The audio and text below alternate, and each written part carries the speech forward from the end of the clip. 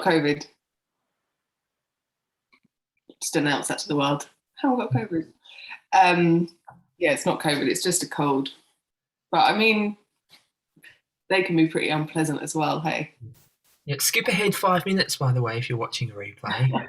If you don't want to hear Erika's sickness story. Health updates. Yeah, I mean, because there's two sides to that. One side, it's kind of disappointing you don't have COVID, because then, like, you have, like, immunity and you get the certificate and that sort of shit. And plus, it's like, well, if I'm sick, I may as well have COVID. And on the other side, it's like, well, you've got a holiday next week, so... No, I was thinking, God, I don't want to not be able to go away. Yeah, I can. I just need to get through this mountain of stuff before then. Right. Say no to a few things. No. No. Okay. Are you happy for me to start letting people in? Yeah, go for it. It's like, no. Yeah. I mean, even if I wasn't, would I be able to say it? Yeah, practice saying it. Just say no and do this session to no one. Yeah. It's good practice. Welcome everyone coming into the room.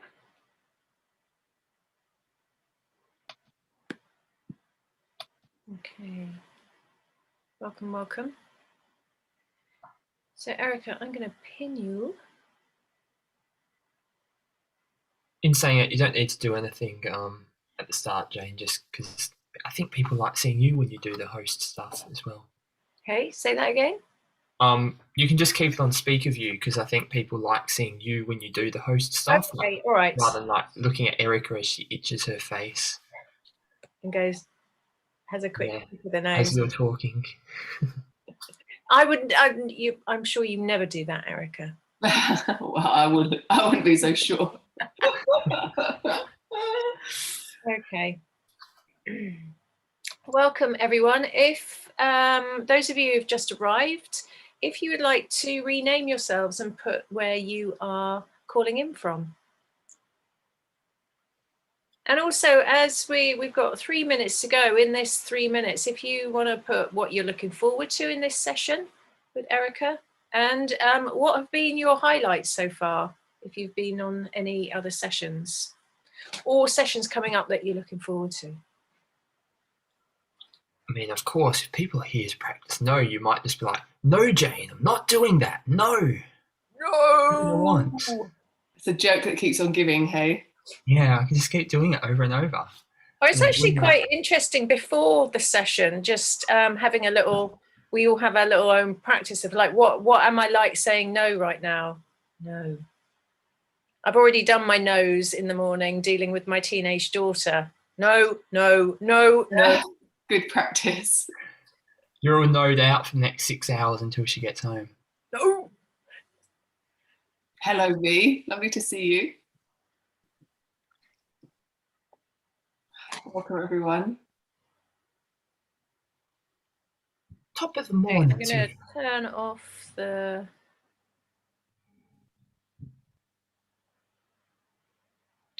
waiting room. Oh, I just turned it back on. Yeah, I think I automatically did it. I just do shit like that because I'm so used to it. It's unconscious. You're too good, Steve. You're too good. Okay, so as you're coming in, if you want to rename yourself, put where you are in the world. It's really nice to see the global collective, everyone coming to this session with Erika. And what are you looking forward to in this session? What might you want to be practicing your nose with? Let me turn off my mail. Have a good one, Erika and Jane. I'm just going to disappear into the background.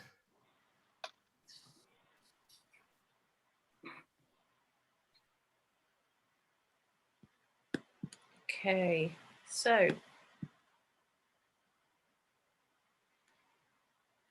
welcome everyone. Starting in 1 minute. It's like the final countdown.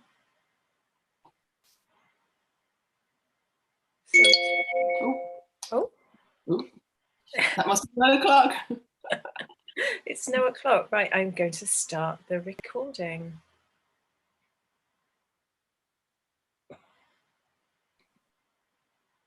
So welcome everyone. My name's Jane Dancy and I will be hosting this session with Erika Chalkley. So throughout the session, if you have any issues with tech, send me a message. Just a little bit about Erika before we start. I'm sure a lot of you will already know Erika. She's a big favourite on the embodiment platform. So Erika's worked with many types of trauma, including suicide, drug and alcohol addiction, domestic violence, and ex-untouchable women in India. She focuses on helping women who are too nice to find their power. And there's Mark's phrase about she's probably going to get really nervous teaching you this amazing stuff, but Erika's a pro, and with this subject of how to say no and still being loved, I know I'm really looking forward to this. Those of you who are here in the Zoom room, that means that you've got the all access pass. Please do turn your cameras on because it's really nice for Erika to see your faces and to get a little bit of feedback as we go through the session. If you are watching this on replay, you can actually purchase an all access pass to get into the live Zoom room and see all of the sessions unlimited. And we've also got Q&As twice a day at 12 and 6 p.m. UK time, and that's with Roger Mills, a therapist who specialises in PTSD, and also Patricia, our Embodiment Unlimited therapist. But just for a moment, if there is anyone that you think might benefit from watching these sessions, please do share what we're doing with them. It's completely free, as you know, to come to these. So it would be, if there's anyone that you can think of off the top of your head who you think, actually, you know what, they would really benefit from this, please do let them know. We'll also tell you a little bit about the course offered at the end of the session. But before Erika starting, just a few things about safety. So just check in with yourself. Are you feeling well-resourced right now? Is watching this session the right thing for you to do? This is education, it's not therapy, and it's not meant for people who might be in the middle of the worst of their trauma or going through a big crisis. Many of the teachers here have been there, so there's no judgment, but you do need to be robust for these sessions. And also make sure you don't binge.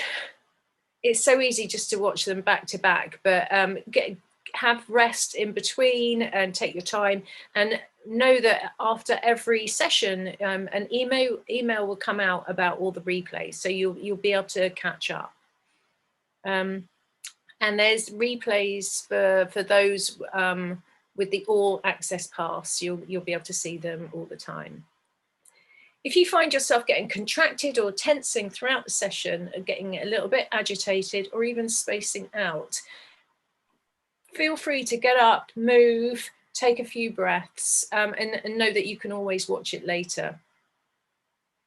Having said that, I am now going to pass you over to Erika, and I really hope that you enjoy this session. Over to you, Erika. Thank you, Jane. Yeah, welcome everyone.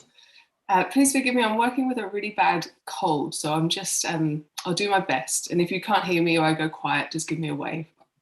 So yeah, yeah, welcome everyone. So saying no and still being loved. I didn't pick that title, and I was thinking, gosh, yeah, so I work with people who are too nice, yeah? So people which I introduced as the fawn trauma response on Monday, which I'll recap shortly in a minute. And I was thinking this title, gosh, how to say no and still be loved.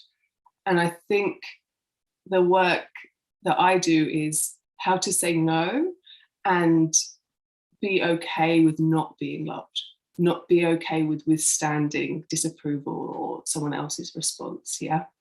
So we're going to look a little bit at that today. But first of all, to say it is crazy to me that I'm now here teaching boundaries, because for most of my life, boundaries were a complete mystery to me. Yeah, I felt like I didn't understand what they were. I certainly wasn't able to set them. And it's really something I've had to learn, like myself from the bottom up. Yeah. What I had to work through and still work through with setting boundaries and saying no is a lot of fear. Don't know if anyone can relate. A lot of fear comes up for me in response to setting boundaries and saying no. Yeah. So and then after I've set a boundary, and previously, historically, I would also feel a lot of guilt.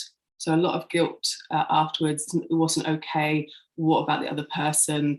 Am I being selfish? And a lot of self-doubt. Yeah. Is that everyone's kind of experience? Yeah.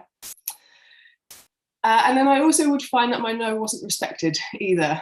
So even if I did say no, it kind of didn't have much weight behind it, didn't have, was kind of, wasn't sitting on top of anything solid, and therefore kind of wasn't heard, even if there was a no there. Yeah. So maybe let's just start there. Everyone say no in your first language right now. No. No. And just notice, what do you do in your body when you say no? What's that experience like for you? No.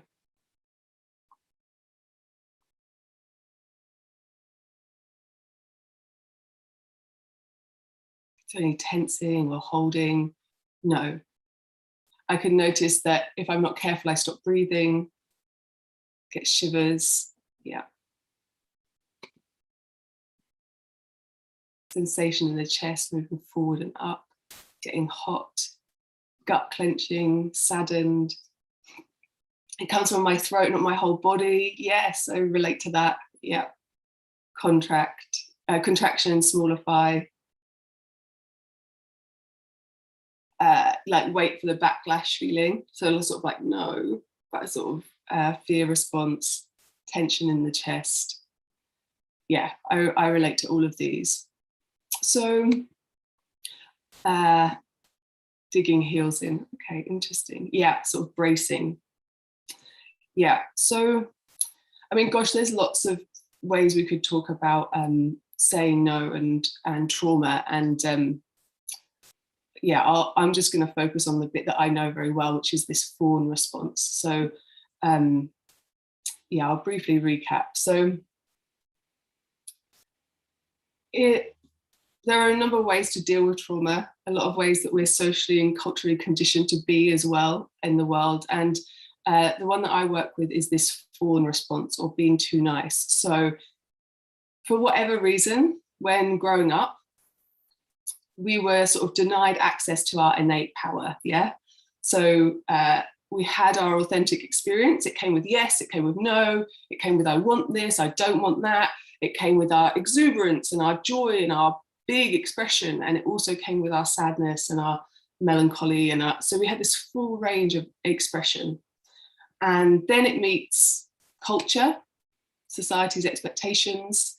It meets our ethnic groups, our other ways of being in the world, and it meets our own individual situation. Yeah, and certain parts of that expression are allowed, and certain parts are shut down.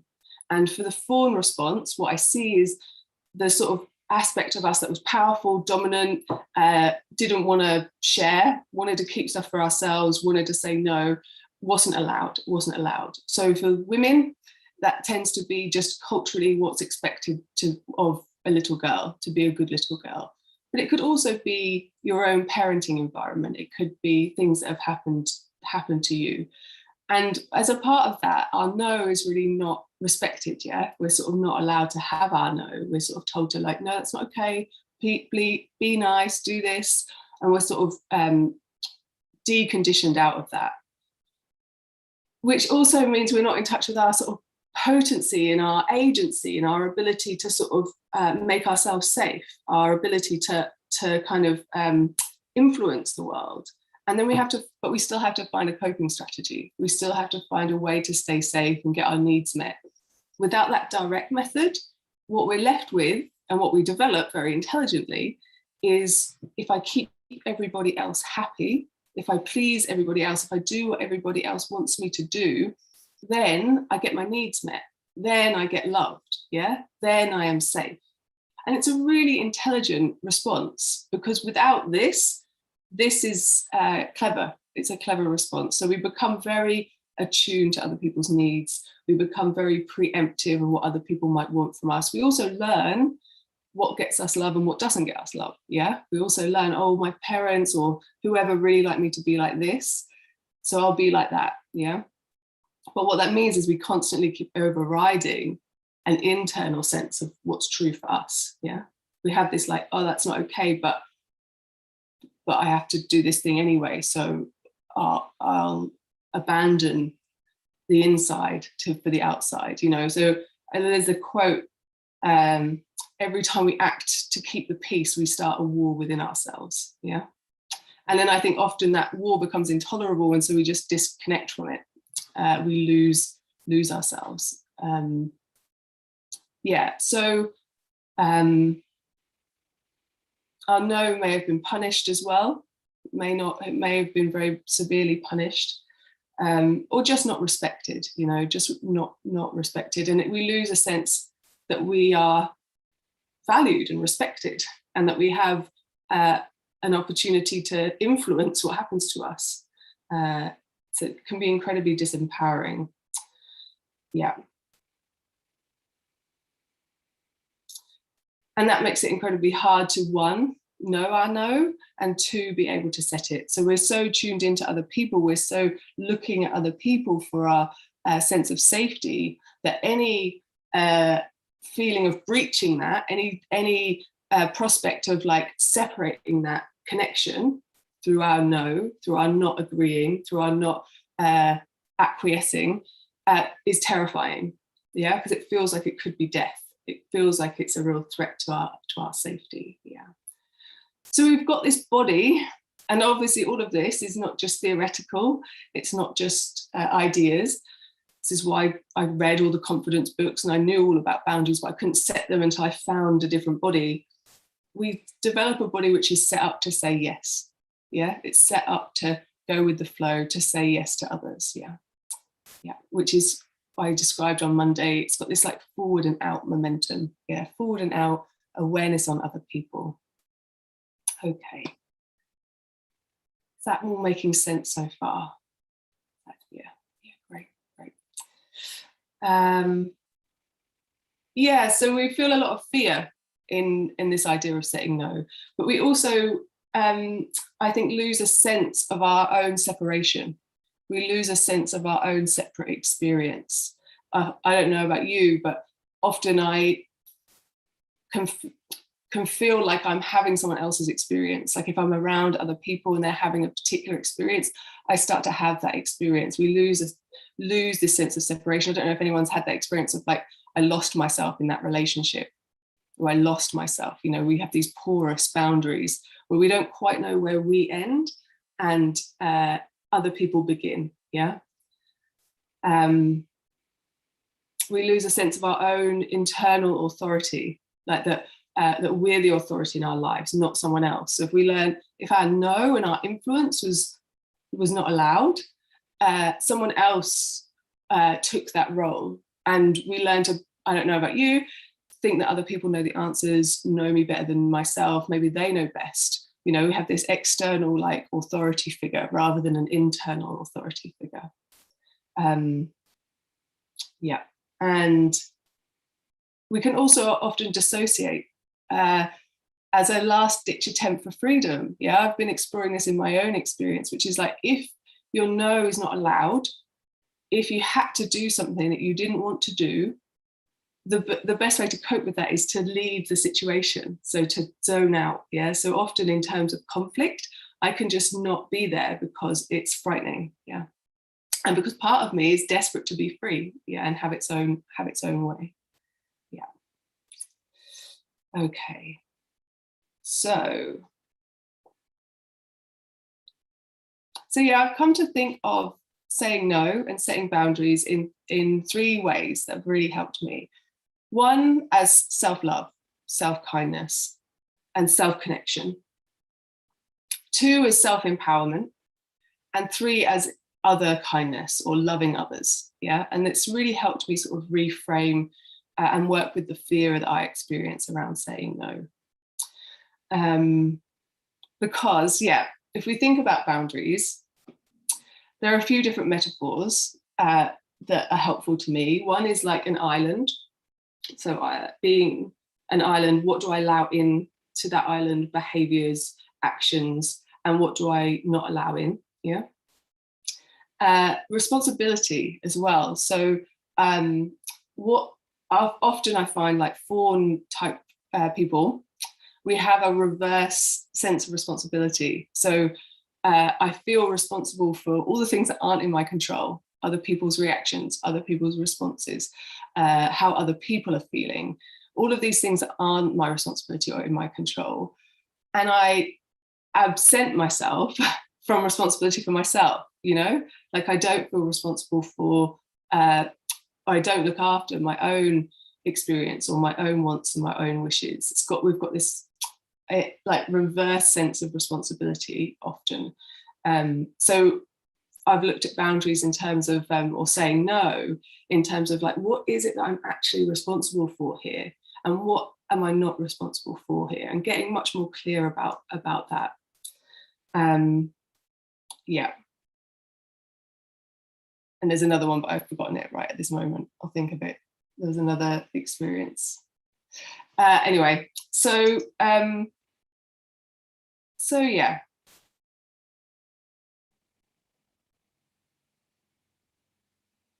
And often I think when we're learning to say no, there are some, yeah, thanks Jane. There are some embodied techniques that can really help us to start to say no.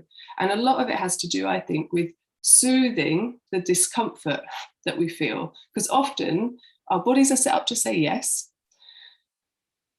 to go with what other people want, to keep that connection at any cost, you know, like I'll do anything not to be abandoned in this connection. I'd rather lose myself than lose others, yeah? And I think often we choose, or I choose, short-term soothing of the fear over long-term consequences, yeah? So I'd rather not disrupt that connection than actually take care of myself, yeah, over the long term, because I can't bear the feeling of fear that it elicits, yeah. And this is why all week we've been talking about we need safe places to practice, safe places to feel unsafe as we learn these new skills, yeah. That all makes sense. Yeah, great. Okay, so maybe I'll just go through these 3 different things that I work with, and I work with them with all the women that I work with. This is kind of the way that I've learned really to work through this stuff. It's the process that I take everyone through, really. And it starts with inner connection, yeah? So if we're gonna say no, if we're gonna set boundaries, then we need to have an internal connection with ourselves. So as I said on Monday, the first way of working with the fawn response is just to begin to come out of being overly involved, overly looking in at other people and back to ourselves, yeah? So literally just moving the body back in space, returning to our own inner connection. And I find care pose actually really amazing for this. So care pose is like a circle around at heart height, around the body, a little bit of space between the hands, about an iPhone distance apart. And just really coming back to like, what is the experience that I am having now? Like me, not them. Me, not them. Yeah, coming back to our own. And you could also tap and rub the edges of your body. It can be very helpful. Like this sense of differentiation, like I am a separate being. I have my own needs, I have my own wishes. So really feeling that kind of separation. And then, you know, really cultivating an inner connection with ourselves, learning to feel our yes and our no more fully, and creating like a safe space for ourselves to return to and soothe ourselves. After we've said no, if we're not used to it, we're going to feel very jittery, yeah? And we're going to feel all this activation in the system and all this as we hit the walls of our conditioning, which says it's not okay to say no, you need to comply, you need to be a good girl. That the conditioning kicks up this guilt or this sense of not being safe. So we need a safe space to return to soothe ourselves, yeah? So that's the first step, self-connection, returning to ourselves. The second one is self-empowerment, yes? That's refinding this embodiment that we were denied, refinding our strengths, refinding our agency, refinding this capacity that we have to feel our anger, you know, feeling our anger healthily, feeling that as a galvanizing force that's saying actually something isn't okay, feeling our strength in the body, so really sort of pushing things, feeling a sense of being able to take up a bit more space, because saying no is revealing, right? It's like, we're letting someone know us more deeply than sort of just being the invisible one that goes along with things. So this self-empowerment phase, really coming up, feeling our sense of worth. And I'm obsessed with dignity. I'm obsessed with this exploration of dignity in the body. So just right now, you could just drop the word dignity into your body. And just see the effect that it has. When we're dealing with trauma, what I think we're dealing with is, in some ways, like a fracture or a disconnect to our dignity. Yeah, at some point, our dignity hasn't been respected. So this sense that you have dignity, it's an innate part of who you are, that you are valuable, you're entitled to your own wishes, wants, exploring that. One of the things that I've worked in India, and I've worked with Dalit women, so ex-untouchable women, probably some of the most disadvantaged human beings on the planet, right? And yet these women have this sense, the women that I worked with for various reasons, have this innate sense of their worth as a human being. Yeah, they're deeply, deeply dignified women. And although they're treated appallingly, there's this sense that they are deeply valuable just for being who they are, you know, even though society treats them awfully. And interestingly, a lot of them did karate as part of, they need to learn self-defense there for very practical reasons. And so there's this, as they hold themselves, as they move, there's something inalienable in that, which is very powerful. I learned a lot from them about dignity. And this empowered state that we can find ourselves in can be really helpful in terms of practicing discomfort.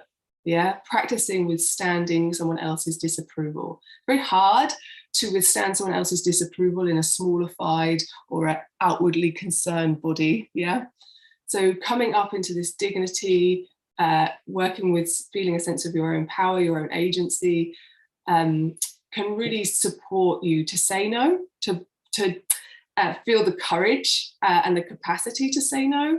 And it can also be very stabilizing if you get pushback. You know, it can also, someone spoke earlier, like the no comes from my throat and not my body. You know, if you set a boundary when you're able to feel this sense of your own capacity and power, it's received much more fully. It's like you're fully behind yourself, and you can hold strong in the ripple effect or pushback that you might get from other people as you change that dynamic. And finally, I'm running out of time. Finally, the last bit I'd just say is boundaries as other kindness, as loving towards others. Yeah. On the basis of those two previous kind of explorations, saying no becomes much easier. And also we can enter into connection with others through our no. Yeah. So a fawn type response is someone that's learned to not be very visible, not be very seen, not share themselves too much, because that was their threat. Yeah, so we become invisible, we do what other people want to do, and then people don't really get to know us, and they don't get to trust us. We sort of become kind of beige, in the background. So our no can really be an invitation into connection with someone else. Yeah, it can really be a revealing of ourselves. Like, that wasn't okay for me. And it can be a real sort of offering to others. People know where they stand. It's much clearer. You know, Brené Brown says, you know, kindness, clear is kind. They don't have to second guess us. And they also sort of don't have to take care of us because we're beginning to show we can take care of ourselves, we can hold our own, and we sort of don't involve ourselves so much in things that we don't need to be involved in. And there's something also about meeting someone else in that dignity that we've found in ourselves. We don't need to caretake other people as much. Yeah. There's loads more that I could say, but that's probably the whistle-stop tour of the way that I've started to work with saying no. And that actually, on the other side of that, people will love us more because they'll know us more, and they will know where they stand with us. It can create a lot of safety, actually, having someone be clear about what their limits are and what they're not. We stop letting people down because we're not overcommitting or saying yes to things we don't really want to do. So it can really foster trust and connection with others. But also, if people don't love us for our no, it's okay. It's not the end of the world. We can survive, you know. We don't need other people's affirmation and approval to be okay in the world, because we've fostered that in ourselves, like this capacity to protect ourselves, look after ourselves, and our capacity to soothe ourselves. And we get to have relationships with people that really love us for who we are and not for who we're pretending to be. There we go. That's my whistle-stop tour of boundaries and still being loved. Yeah. Thank you so much, Erika, for that fantastic session. And as we have a few more minutes left, if all of you would like to put in the chat, or those of you who would like to, what were your key takeaways from this session around saying no? Please do put in the chat. It's always really interesting to see what that is. Replays are going to be made available as soon as they are available after each session. So keep an eye out for emails. And remember that you can still invite all your friends, anyone that you think of that might benefit from these sessions. Please do let them know.